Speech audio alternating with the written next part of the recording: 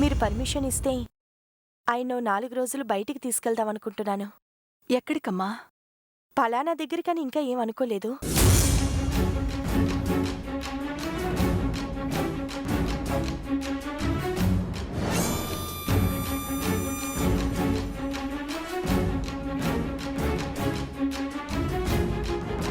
ఎందుకని ఎక్కడికని అమ్మడిగినా నేనడిగినా మీనాక్షి చెప్పలేదు. మీనాక్షి ఏ ఉద్దేశంతో నన్ను ఇక్కడికి తీసుకొచ్చుంటుంది?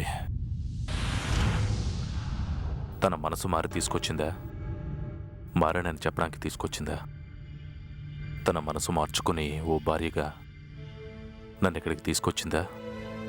లేక నేను కోరుకోవాలన్న కారణంతో ఒక మనిషిగా మాత్రమే తీసుకొచ్చిందా?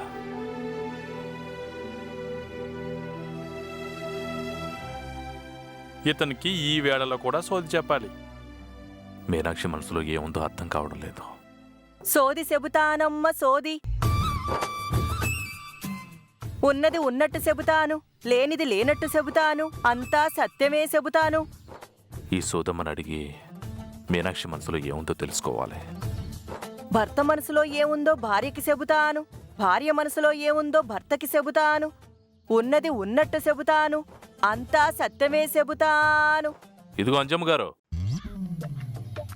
ఒకసారి ఇలా రండి.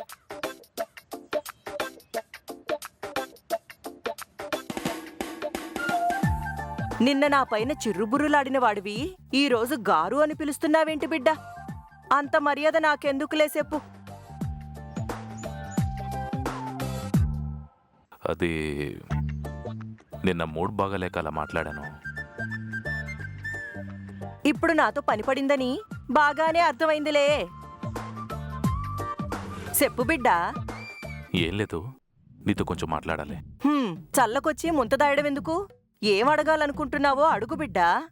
అది మేము చెప్పకపోయినా మా గురించి నీకు చాలా విషయాలు తెలుసు కదా.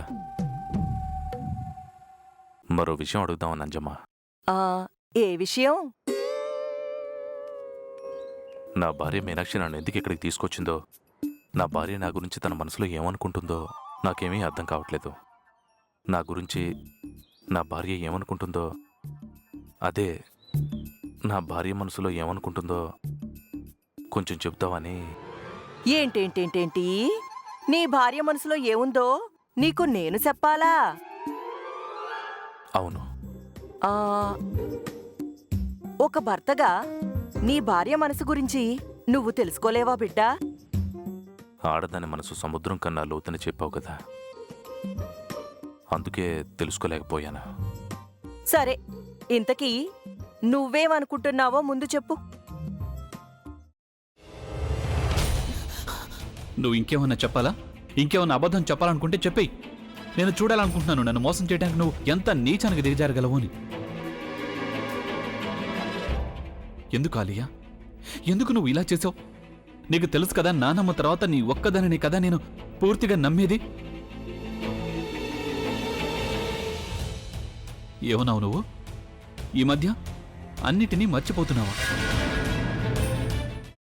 అది చాలు. వాటిలో ఉన్న శక్తి విషయాన్ని గ్రహించి మనకు వివరిస్తాయి.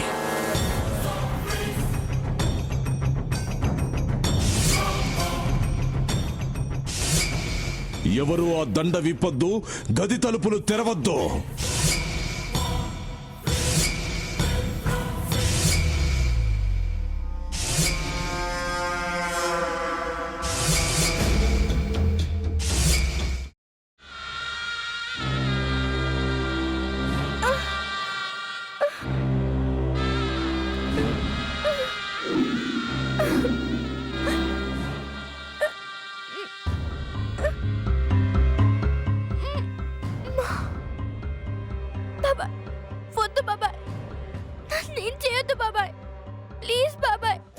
నీకు నిజం తెలిసినప్పుడే నా ఆలోచనలో నువ్వు చచ్చిపోయావు.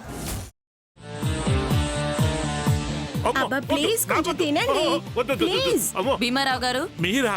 ఇగో మీరా కాదు సక్కుబాయ్. అవును, మీ పనామే లేచిపోయిందని చెప్పి కంప్లైంట్ ఇచ్చినావు కదా. రేయ్, ఆయన కంప్లైంట్ ఇచ్చింది లేచిపోయిందని కాదు, కనిపించడం లేదు అని. అట్లానా? సరే మేడం. ఇడియట్.